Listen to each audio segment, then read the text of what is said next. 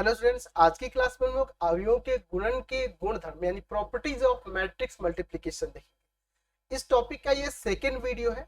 पिछले वीडियो में हमने साहचर्य नियम को समझा था और वितरण नियम को देखा था। ठीक है, आज की क्लास में हम लोग सबसे पहले बात करेंगे तत्समक के अस्तित्व के बारे में। तत्समक का अस्तित्व यानी कि एग्जिस्टेंस ऑफ आइडेंटिटी। ठीक है, तत्समक का अस्तित्व। यहां पे हम लोग ले लेते हैं कि यदि ए यहां पर n कोटि का आव्यूह है तथा i n कोटि का तत्समक आव्यूह है, तो a इंटू में आइडेंटिटी या आइडेंटिटी इंटू में a के इक्वल होगा। तो हम लोग देख रहे हैं कि इस अवयव a के साथ i की संक्रिया करें, i के साथ a की संक्रिया करें, हमें पुनः a मिल रहा है, तो i यहाँ पे क्या होगा?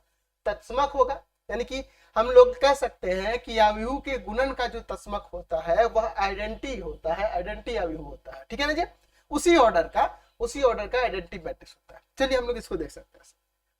यहाँ पर देख लीजिए, हम लोग यहाँ पे ले लेते हैं कि लेट ए जो मैट्रिक्स है एन ऑर्डर का है, तो A11 A12 ऐसे करके A1n, A21 A22 ऐसे करके A2n, ऐसे करके AN1 AN2 ऐसे करके ANN। ये n बाई n कोटि क्या है? दूसरा हमें आइडेंटिटी लेना है जिसके एलिमेंट देखिए 1 0 0 ऐसे करके होंगे। ठीक है ना जी, फिर आपका 0 1 आगे चल के 0 0 0 ऐसे करके आगे बढ़ेगा। यहाँ पर सपोज कर लेते हैं कि यहाँ 0 आएगा, यहाँ 0 आएगा, सब यहाँ 0 0 होंगे, लास्ट में यहाँ पे 1 आ जाएगा। तो ये n बाई n कोटि का ये भी है। तो आप देखो a में आइडेंटिटी से मल्टीप्लाई करोगे, इसके फर्स्ट रो में फर्स्ट कॉलम से करोगे तो ये सारे एलिमेंट 0 हो जाएंगे, बट A11 1 के साथ मल्टीप्लाई होगा तो वहाँ A11 आ जाएगा।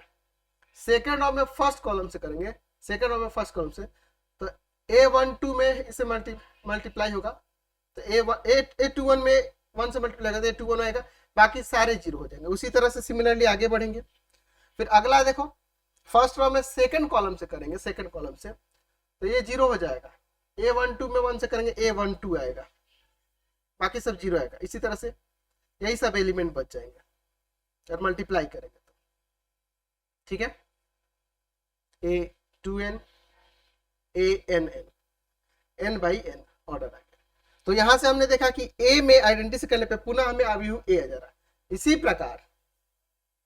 इसी प्रकार हम लोग दूसरा आइडेंटिटी में a से करें, आप देखो इसमें इससे करो तो इसके फर्स्ट रो में इसके फर्स्ट कॉलम से करोगे तो वही A11 बच जाएगा, सेकंड रो में फर्स्ट कॉलम से करोगे तो यही A21 बच जाएगा। ये सब ना बचते जाएंगे जी, यानी कि हमें पुनः वही मैट्रिक्स मिल जाएगा। A11 A12 A1n A21 A22 A2n ऐसे करके AN1 AN2 ANN, यही ना बचेगा जी, यानी कि ये n बाई n कोटि के फिर से हमें अवयव a प्राप्त हो गया। तो हमने यहाँ पे दिखा दिया देयरफॉर कि अवयव a में आइडेंटिटी मैट्रिक्स से मल्टीप्लाई करेंगे, सेम ऑर्डर का होना चाहिए, तो वहां पे हमें पुनः वही अवयव a मिल जाता है। तो ये हमें तत्समक का अस्तित्व हमें पता चल गया। एग्जिस्टेंस ऑफ क्या हमें पता चला जी? एग्जिस्टेंस ऑफ आइडेंटिटी पता चला। यानी कि हमने यहाँ पे देखा कि अवयव के गुणन का जो तत्समक होता है वह उसी कोटि का यहाँ पर आइडेंटिटी मैट्रिक्स होता है। तो ये केवल वर्ग अवयवों के लिए ही होगा, क्योंकि देखिए एक्चुअल में आइडेंटिटी मैट्रिक्स तो वर्ग अवयव ही होता है, तो दूसरा वाला मैट्रिक्स भी वर्ग अवयव लेंगे, है कि नहीं? या आप एक और काम कर सकते हैं, दूसरा चीज ये भी हो सकता है, जैसे मान लीजिए अवयव a लिए m बाई n कोटि का लिए, समझिए, और दूसरा अवयव i ले लिए वो n बाई n कोटि का लिए। तो देखो इसके नंबर ऑफ रो इसके नंबर ऑफ कॉलम के इक्वल है, तो जाहिर सी बात है ये a इंटू आइडेंटिटी हो जाएगा। लेकिन आइडेंटिटी इंटू a करने के क्रम में इसका नंबर ऑफ रो इसके नंबर ऑफ कॉलम की, उसका नंबर ऑफ कॉलम इसके नंबर ऑफ रो के इक्वल होना चाहिए, जो कि नहीं हो पाएगा। तो इसीलिए दोनों को हम लोग एन कोटि का ही, यानी कि दोनों को वर्ग अवयव लेके ही हम लोग इसको चेक करते हैं। ठीक है ना जी। चलिए अब हम लोग मान लेते हैं, यदि अगला रूल देख लेते हैं, ए इसका एलिमेंट मान लेते हैं ए आई जे के फॉर्म में है और एम बाई एन कोटि का अवयव है, या फिर ए एक वर्ग अवयव दिया है ऐसे मान लेते हैं। ठीक है ना जी। ए एक वर्ग अवयव है एन कोटि का, ऐसे ले लेते हैं, ए एन कोटि का अवयव है तथा ओ एन कोटि का शून्य अवयव है, शून्य अवयव है, जीरो मैट्रिक्स है। तो ए में इंटू करो शून्य अवयव से, या शून्य अवयव में ए से इंटू करो, हमें शून्य अवयव ही प्राप्त होगा।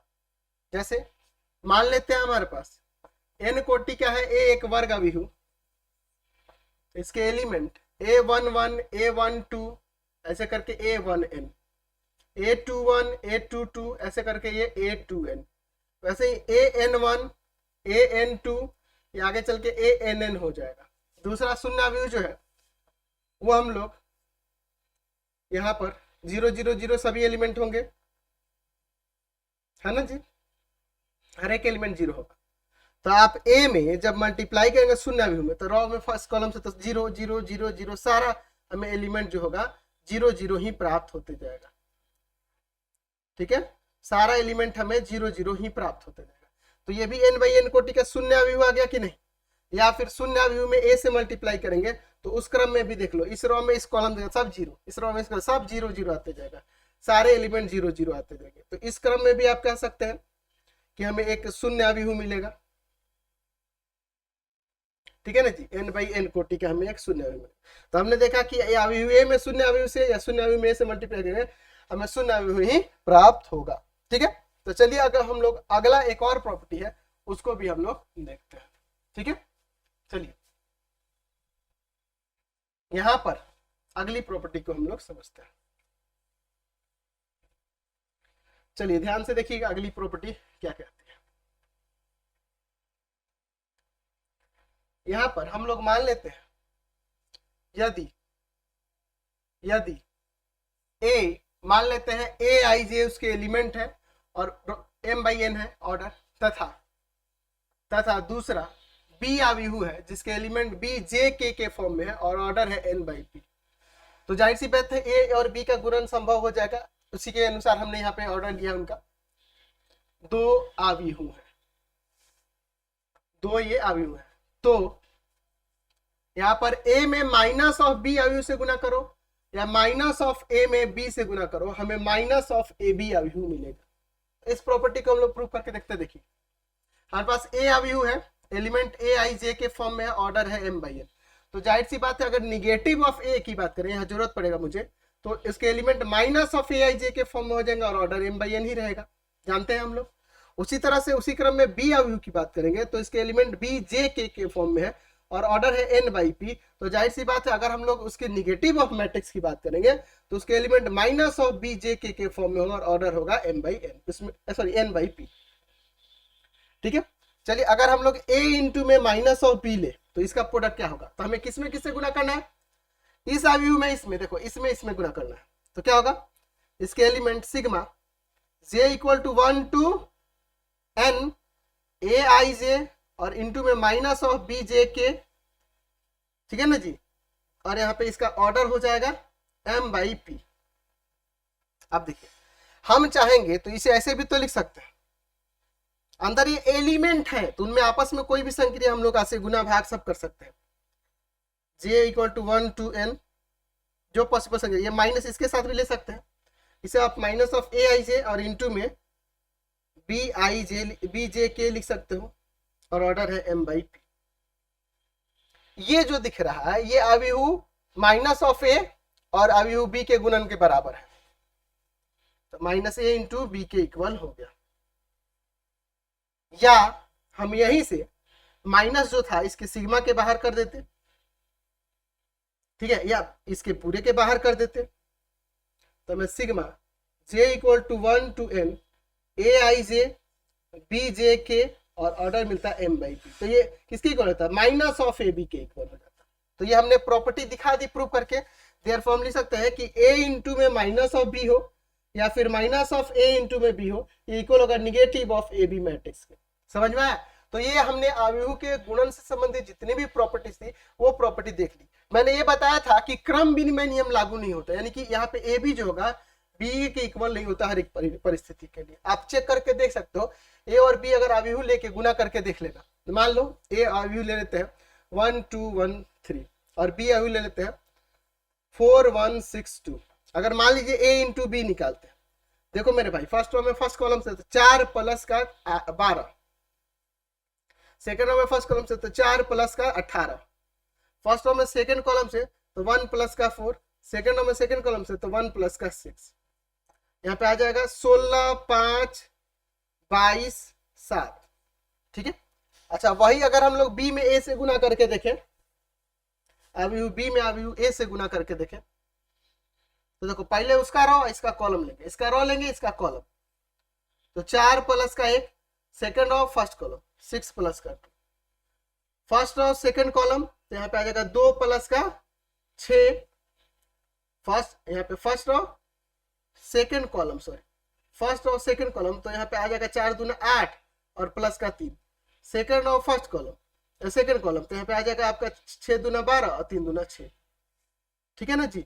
तो यहाँ पर अब क्या आ गया 5 11 8 18। ये देखो तो क्या ए बी बी ए के इक्वल हो रहा है, इसीलिए मैंने बोला कि क्रम विनिमय नियम को लागू नहीं करता। तो फिलहाल आज की क्लास में इतना ही, नेक्स्ट वीडियो में आगे देखेंगे। आपको क्या करना होगा, प्ले स्टोर से हमारा एप्लीकेशन पढ़ाई.ऑनलाइन रविकांत सर के नाम से होगा, इसको डाउनलोड कर लेंगे और अपने पेड कोर्सेज को ज्वाइन करेंगे और अपनी पढ़ाई को बेहतर करेंगे। फिलहाल आज की क्लास में इतना है।